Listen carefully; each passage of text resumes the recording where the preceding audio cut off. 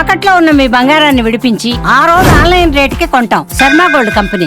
నమస్కారం, సుమన్ టీవీకి స్వాగతం. ముందుగా సుమన్ టీవీ ప్రేక్షకులకు శ్రీ విశ్వావసునామ ఉగాది శుభాకాంక్షలు. ఈ విశ్వావసునామ సంవత్సరం ద్వాదశ రాశుల వారికి ఎలా ఉండబోతుంది, ఏ రాశుల వారికి ఎటువంటి శుభ అశుభ ఫలితాలు ఇవ్వబోతున్నాయి, గ్రహ సంచారాలు ఎలా ఉన్నాయి, అలాగే ఎటువంటి పరిహారాలను పాటించుకోవాలి, ఈ విషయాన్ని తెలియజేసేందుకు మనతో పాటు ఉన్నారు ప్రముఖ జ్యోతిష్య రత్న జ్యోతిష చక్ర వైభవ నిపుణ డాక్టర్ రాల్పల్లి రవికుమార్ గారు. గురుగారు నమస్కారం. నమస్కారం. గురుగారు, కొత్త సంవత్సరంలోకి ఎంటర్ అయిపోతున్నాం. మరి కొత్త సంవత్సరం ఎలా ఉండబోతుంది ద్వాదశ రాశుల వారికి అని తెలుసుకునే ముందు గ్రహాల సంచారం ఎలా ఉంది, ముఖ్యంగా 4 గ్రహాలు మనకి ప్రతి సంవత్సరం మారేది, ఈ 4 గ్రహాల సంచారం ఎలా ఉంది, ఎలాంటి ఫలితాలు ఇస్తున్నాయి? శరదిందు సమాకారే పరబ్రహ్మ స్వరూపిణి వాసరాపీఠ నిలయ సరస్వతి నమస్తుతే. సుమన్ టీవీ ప్రేక్షకులకి నూతన సంవత్సర ఉగాది శుభాకాంక్షలు. మెయిన్గా ఏంటంటే ఈ సంవత్సర ఫలితాలు ఇప్పుడు చెప్పుకుంటున్నాం కాబట్టి ప్రతి నెల ఏంటంటే మాస ఫలితాలు చెప్పుకుంటున్నాం కాబట్టి మాస ఫలితాలు చెప్పుకున్నప్పుడు ఏంటంటే రవి 1 మంత్కి మారుతాడు ప్రతి నెల, అలాగే బుధుడు 20 డేస్, శుక్రుడు 20 రోజులు, అలాగే కుజుడు 45 రోజులు, అలాగే శుక్రుడు 20 రోజులు, చంద్రుడు అంటే ప్రతిరోజు ఒక్కొక్క నక్షత్రం మారుతుంటాడు. ఒక మెయిన్గా మటుకు గురువు, రాహు, కేతు, శని అండి. ఈ 4 కూడా ఏడాది పాటు ఇంచుమించుగా ఉంటారు కాబట్టి గురువు ఉన్నారంటే సంవత్సర కాలం పాటు అక్కడే ఉంటారు.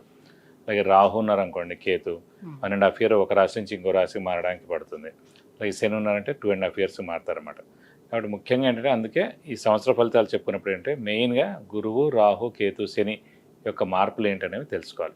ముందుగా శని వచ్చేసి మనకి 30వ తారీఖు మార్చి నెల 2025 నుంచే మనకి కుంభరాశి నుంచి మీన రాశిలోకి ప్రవేశిస్తున్నాడు. అదే రోజు ఉగాది అయింది, అదే రోజు శని కూడా మారుతున్నారు. అలాగే రాహు, కేతువులు వచ్చేసి మనకి 18 మే 2025. రాహు మారంటే కేతు కూడా మారుతాడండి. అందుకే చూడండి ఎప్పుడు కూడా జాతకంలో రాహు ఆపోజిట్ కేతు ఉంటారు. నవాంశలో తీసుకున్నా కూడా రాహు ఆపోజిట్ కేతు ఉంటారు.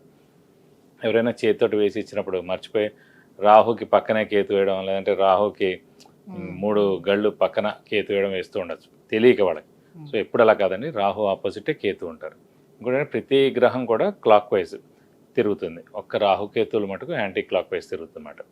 కాబట్టి రాహుకేతువులు మటుకు ఏనార్థం ఒక రాశి నుంచి ఇంకో రాశి మారుతారు. అతనేమో 18 మే 2025 నుంచి ముఖ్యంగా రాహు వచ్చేసి మనకి కుంభరాశిలోకి వస్తాడు, అలాగే కేతు వచ్చేసి మనకి సింహరాశిలోకి వస్తారు. వీళ్ళిద్దరు కూడా ఏనార్థం పీరియడ్ అక్కడి నుంచి ఉంటారు 18th మే నుంచి. నెక్స్ట్ వచ్చేసి మన గురువు, ముఖ్యంగా ఏంటంటే గురువే ఇంపార్టెంట్. అందరూ అనుకుంటారు గురువు మార్పు వల్ల ఏమొస్తుంది. గురువు ఏ రోజైతే మారుతాడో ఆ రోజే పుష్కరాలు స్టార్ట్ అవుతాయండి. ఇదే రూల్ అనమాట. సాధారణంగా గురువు ఏ రాశి నుంచి ఏ రాశి మారుతాడు మనం అనుకుంటుంటాం. మన జాతకం చెప్పినప్పుడు కూడా మన రాశి నుంచి 2వ స్థానంలో, 5వ స్థానంలో, 7వ స్థానంలో, 9వ స్థానంలో, లాభస్థానంలో గురువు ఉన్నప్పుడు మన శుభ ఫలితాలు చెప్తుంటాం కదా. సో అందరూ అనుకుంటుంటారు అబ్బాయి ఎప్పుడు మన రాశి నుంచి 2nd హౌస్ వస్తుంది, ఎప్పుడు మన రాశి నుంచి 5th, 7th, 9th, 11th వస్తాను. సో వాళ్ళకి ఒకటే నమ్మకం ఏంటంటే ఈ రోజైతే పుష్కరాలు స్టార్ట్ అవుతాయో ఆ రోజు గురువు ఒక రాశి నుంచి ఇంకో రాశిలోకి మారుతున్నట్టు మనం ఈజీగా గుర్తించవచ్చు. ఇంకోటి అంటే ముఖ్యంగా చాలామందికి అంటే ఇప్పుడు కొంతమందికి వివాహం కాని వారు ఉంటారు, సంతానం లేని వారు ఉంటారు, ఉన్నత చదువు గురించి వెళ్ళిన వాళ్ళు ఉంటారు, అలాగే ఫారెన్ విజిట్స్ కానీ, ట్రావెల్స్ కానీ, అంటే అసైన్మెంట్స్ కానీ గురించి వెళ్తారు, కొత్త జాబ్ గురించి, ప్రమోషన్స్ గురించి, అలాగే సంతానం, గృహం, వాహనం ఇవన్నీ కూడా మనం చెప్పుకోవాలంటే కనుక గురువు యొక్క మార్పుతోటే చెప్పాలన్నమాట. కొన్ని రాశుల వాళ్ళకి లాస్ట్ 2 ఏళ్ళు లేదనుకోండి, ఈ ఏడాది ఉంటుంది. అంటే ఆ ఏడాది వాళ్ళకి 2వ స్థానం కానీ, 5వ స్థానం కానీ, 7వ స్థానం కానీ, 9 కానీ, 11లోకి వచ్చినప్పుడు ఆ సంవత్సర కాలం పాటు. ఓవరాల్ గా అంటే ఈ 4 గ్రహాల మార్పుతోటి దేశవ్యాప్తంగా ఎటువంటి మార్పులు చోటు చేసుకునే అవకాశం ఉంటుంది, ఆర్థిక పరంగా కానివ్వండి? అంటే ఆర్థిక పరంగా ఇవన్నీ కూడా ఎక్సలెంట్గా ఉంటుంది. ఎందుకంటే బుధుడు మెయిన్ వ్యాపార కారకుడు ఎవరికైనా సరే. ఆర్థికానికేమో బుధుడు అవుతాడు, అలాగే గురువు కూడా అవుతాడు. గురువు వచ్చేసి మనకి సంచారం మిథున రాశిలోకి వస్తున్నాడు. మిథున రాశి అధిపతి బుధుడు అండి. సో ఎప్పుడైతే మిథున రాశి అధిపతి బుధుడిని ఈ గురువు కలుస్తాడో, అంటే ఆ మిథున రాశిలోకి వచ్చే సంవత్సర కాలం పాటు ఉంటాడు. సో వ్యాపార అభివృద్ధి ఉంటుంది, దేశాభివృద్ధి ఉంటుంది, అన్ని విధాలు కూడా చాలా బాగుంటుంది. ప్లస్ చాలామంది అంటే ఇంకా వ్యాపారం విపరీతంగా పెరుగుతుంది, ఎక్స్పోర్ట్ కానివ్వండి ఇవన్నీ కూడా విపరీతంగా పెరుగుతాయి అన్నమాట. వాతావరణ పరిస్థితుల్లో ఎటువంటి మార్పులు? వాతావరణం కూడా చాలా బాగుంటుందండి. ఎందుకంటే శని కూడా మనకి గురువు స్థానం అయిన మీన రాశిలోకి వస్తున్నాడు. ఇంకోటి ఏంటంటే ఆధ్యాత్మిక కారకుడు శని, గురువు, కేతు కూడా అండి. అలాంటి ఆధ్యాత్మిక కారకుడైన శని వచ్చేసి మనకి గురువు రాశి అయిన మీన రాశిలోకి ఉంటాడు కాబట్టి సో ఆధ్యాత్మిక వాతావరణం 2.5 years పరిపూర్ణంగా ఉంటుందని చెప్పుకోవచ్చు. శత్రు దేశాల నుంచి వివాదాలు కానీ అలాంటి చోటు చేసుకుని అలాంటివి ఉండవు. అలాంటివి అయితే ఏ ఇబ్బంది ఉండదు, ఖచ్చితంగా ఉండదు. జూన్ తర్వాత నుంచి ఇలాంటి ప్రాబ్లమ్స్ అన్ని కూడా తీరిపోతాయి. కొన్ని రోజులు ఏంటంటే కుజుడు కూడా నీచ స్థానంలో ఉంటాడనమాట కర్కాటక రాశిలో ఈ మే, జూన్ ఆ సమయాల్లో. ఒకసారి జూన్ వెళ్ళిపోయిన తర్వాత నుంచి మటుకు ఎలాంటి ప్రాబ్లమ్స్ ఉండవు దేశానికి మటుకు.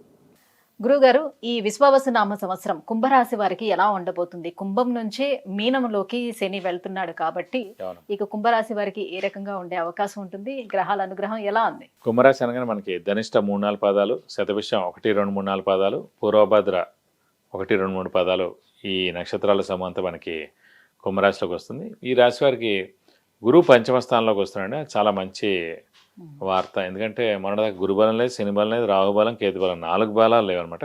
ప్రస్తుతం గురువు మటుకు కొంచెం పంచమ స్థానంలో చాలా ఉన్నత స్థానంలో ఉంటాడు సంవత్సర కాల పాటు. ఏలినాటి శని కూడా 5 ఏళ్ళు అయిపోయి లాస్ట్ 2.5 ఏళ్ళు లాస్ట్ ఫేజ్లోకి వచ్చారు. మీన రాశిలోకి వెళ్తాడు, ద్వితీయ స్థానంలో ఉంటాడు. అలాగే రాశిలో మటుకు రాహు ఉన్నాడు, సప్తమంలో కేతు ఉన్నాడు. రాశిలో రాహు ఉండడం చేత మనం సింహరాశి వారికి ఎలా చెప్పుకునే దాకా గ్రహణ సమయం అనమాట. సో మనం ఎంత మంచిగా ఉన్నా, హెల్పింగ్ నేచర్ ఉన్నా, ఎంత బాగా ఉన్నా, వీడు మారిపోయాడు, ఇలా ఉండేవాడు, అలా ఉండేవాడు, ఇలా మారిపోయాడు, ఇలా చేస్తున్నాడు, ఇలా మాట్లాడుతున్నాడు, డబ్బులు ఇవ్వట్లేదు, అలా మా ఫోన్ ఎత్తట్లేదు, ఏటేటో అంటారు మేడం. సో ఈ కొంచెం మౌనంగా ఉండడం ఉత్తమం అనమాట. ఈ సంవత్సరంన్నర కాలం ఈ గ్రహణ సమయం మటుకుంటుంది. కానీ గురువు యొక్క దృష్టి, భాగ్య దృష్టి రాహు మీద ఉంది కాబట్టి ఇంత ఇంపాక్ట్ ఉండదు, కానీ ఖచ్చితంగా మటుకు ఇంపాక్ట్ ఉంటుంది. కాబట్టి మౌనంగా ఉండడం ఉత్తమం. సో ఏలాంటి సైన్ ఎఫెక్ట్ కూడా ఇంకా లాస్ట్ ఫేజ్ వచ్చింది కాబట్టి ఖచ్చితంగా ఈ 5 ఏళ్ళు చేయని వాళ్ళు ఎవరైతే ఉన్నారో ఖచ్చితంగా ఈ 2.5 ఏళ్ళు వెళ్ళిపోతే తప్పకుండా మీకు మెయిల్ చేస్తారని చెప్పుకోవాలి. సో ముఖ్యంగా ఆరోగ్య ఆయుష్ చాలా బాగుంటుందండి. ఇంకోటి పంచమ స్థానంలో గురువు ఉండడం చేత దైవబలం, దైవానుగ్రహం పరిపూర్ణంగా ఉంది. తీర్థయాత్రలు చేస్తారు, దైవ దర్శనం చేసుకుంటారు, గురువుని దర్శిస్తారు, గురువు యొక్క బ్లెస్సింగ్స్ తీసుకుంటారు. సో ఇంట్లో శుభకార్యాలు తప్పకుండా జరుగుతాయి. మీ ఇల్లు బంధువులతోటి కళకళలాడుతూ ఉంటుంది. అలాగే కొంచెం శ్రమ, కాలం, ధనం వ్యర్థానికి అవకాశం ఉంది. అవసరానికి డబ్బులు సమకూరవు, రావాల్సిన బాకీలు ఆలస్యంగా వస్తాయి. సెక్యూరిటీస్ పెట్టకండి, స్పెక్యులేషన్స్ కలిసి రావు, మధ్యవర్తిత్వం వహించకండి. మౌనంగా ఉండడం ఉత్తమం. ఎవరి పని వాళ్ళు చూసుకోవడానికి చాలా బాగుంటుందనే చెప్పుకోవాలి ప్రస్తుతం. అంటే ఒక్క గురువు బలం, ఒక్క గురువు బాగున్నాడు కాబట్టి ఆ ఒక్క గురువు మీదే ఆధారపడి ఉంది మొత్తం జాతకం ప్రస్తుతం కుంభరాశి వారు. కాబట్టి ఈ సంవత్సర కాలం అతను చూసుకుంటూ ఉంటారు. మనం మౌనంగా ఉండి మన ఎలివేషన్స్ ఏం ఎవరికి చెప్పకుండా, మన సక్సెస్ ఎవరికి చెప్పకుండా, ముఖ్యంగా ఏంటంటే చిన్న పనైనా, చిన్న సక్సెస్ అయినా మన అందరితో పంచుకుంటారు. సో వినేవాళ్ళు, చూసేవాళ్ళు ఆ 10 మందిలో కూడా 9 మంది ఏడుస్తూనే ఉంటారు. 9 మంది ఎవరు ఆనందించేవాళ్ళు ఉండరు. ఓన్లీ వాళ్ళ నోట్లోంచి వాళ్ళ స్మైల్ కనిపిస్తుండొచ్చు వాళ్ళ పెదాల మీద, కానీ ఖచ్చితంగా లోపల మటుకు వాళ్ళకి బాధ, ఏడుపే ఉంటుంది అన్నమాట. ఇంతలా ఎదుగుతున్నాడు, ఇంతలా పైకి వస్తున్నాడు, నరఘోష ఎక్కువ ఉంటుంది, ఏడుపులు ఎక్కువ ఉంటాయి. కాబట్టి కుంభరాశి వారి ప్రస్తుతం ఏంటంటే సక్సెస్ ఖచ్చితంగా వస్తుంది. పంచమంలో గురువు ఉంది కాబట్టి మంచి ఉద్యోగం కూడా వస్తుంది. కానీ కామ్గా ఉండి, ఏమీ తెలియనట్టుగా మామూలుగా ఉండి ఏదో వచ్చింది అన్నట్టుగా మీరు ప్రవర్తిస్తే సరిపోతుంది. ఎలాంటి వెళ్ళిపోతే కూడా ఖచ్చితంగా మీకు మేలు చేసే వెళ్తుంది. అయితే ద్వితీయ స్థానం అంటే కుటుంబ స్థానం, ధనస్థానం, వాక్కు అన్నీ కూడా ద్వితీయ స్థానం. ఆ ద్వితీయ స్థానంలో ఇప్పుడు శని ప్రవేశించి ఉన్నాడు కాబట్టి 2.5 సంవత్సరాల పాటు ఉంటాడు కాబట్టి మరి ఏంటి ఆర్థికంగా ఎలా ఉంటుంది వాళ్ళకి? సో 5 ఏళ్ల పాటు అంటే నష్టమే చేశాడు. ఈ 2.5 సంవత్సరాల మటు ఖచ్చితంగా వెళ్ళిపోతూ మేలు చేస్తాడు. ఎందుకంటే మనకి పంచమంలో గురువు ఉన్నాడు కాబట్టి ఆ బలం ఎలాగో నడుస్తుంటుంది. ఇది వెళ్ళిపోతూ ఉన్నాడు కాబట్టి ఇది కూడా మేలు చేస్తాడు. సో ఖచ్చితంగా ఇదివరకు ఉన్న ఉధృతి మటుకు ఉండదు. ఇదివరకు 90% ఉధృతి ఉంటే ఇప్పుడు ఒక 40% ఉధృతి ఉంటుంది. కాబట్టి అంత నష్టం ఏం చేకూర్చాడు. చిన్న మాట పట్టింపు అవన్నీ ఉంటాయి. ఇందాక చెప్పాను గ్రహణ సమయాన్ని. సో మనమే మౌనంగా ఉంటే సరిపోతుంది. ఎవరికి మన ఎలివేషన్ తెలియకుండా ఉంచుకుంటే సరిపోతుంది. ఇంకా ఎటువంటి పరిహారాలను పాటించుకోవాలంటారు? సో వీరు కూడా శనికే చేసుకుంటే చాలా మంచిది. ఎందుకంటే మెయిన్గా ఇంకా లాస్ట్ ఫేజ్ వెళ్ళినట్టు సరే ఉంది కాబట్టి వీలైతే ప్రతి శనివారం ఉపవాసం ఉండడం, సో ఆంజనేయ స్వామి, వెంకటేశ్వర స్వామిని ఎక్కువగా పూజించడం, వీలైతే ఒక శనివారం రోజు రక్తదానం చేస్తే చాలా మంచిది. అలాగే ఉధృతంగా ఉందనిపిస్తే మటు శనికి 19,000 సార్లు జపం చేయించి నల్ల నువ్వులు 200 గ్రాములు 1000 రూపాయల వర్త్ గోల్డ్ ఐటమ్ దానం ఇస్తాను, దోషం మొత్తం తొలగిపోతుంది. విద్య, ఉద్యోగం, వివాహం, విదేశీయానం, ఆరోగ్యం, అలాగే ఐశ్వర్యం వీటన్నిటి గురించి తెలుసుకోవాలంటే కింద స్క్రోల్ అవుతున్నటువంటి నెంబర్లకి కాల్ చేసి గురువుగారు అపాయింట్మెంట్ పొందవచ్చు. గురుగారు, శ్రీ విశ్వావసునామ సంవత్సరం ఈ కుంభరాశి వారికి ఎలా ఉండబోతుంది, ఎటువంటి పరిహారాన్ని పాటించుకుంటే ఇంకా బెటర్గా ఉంటుంది, ఈ విషయాలన్నీ కూడా తెలియజేసినందుకు ధన్యవాదాలు. నమస్కారం.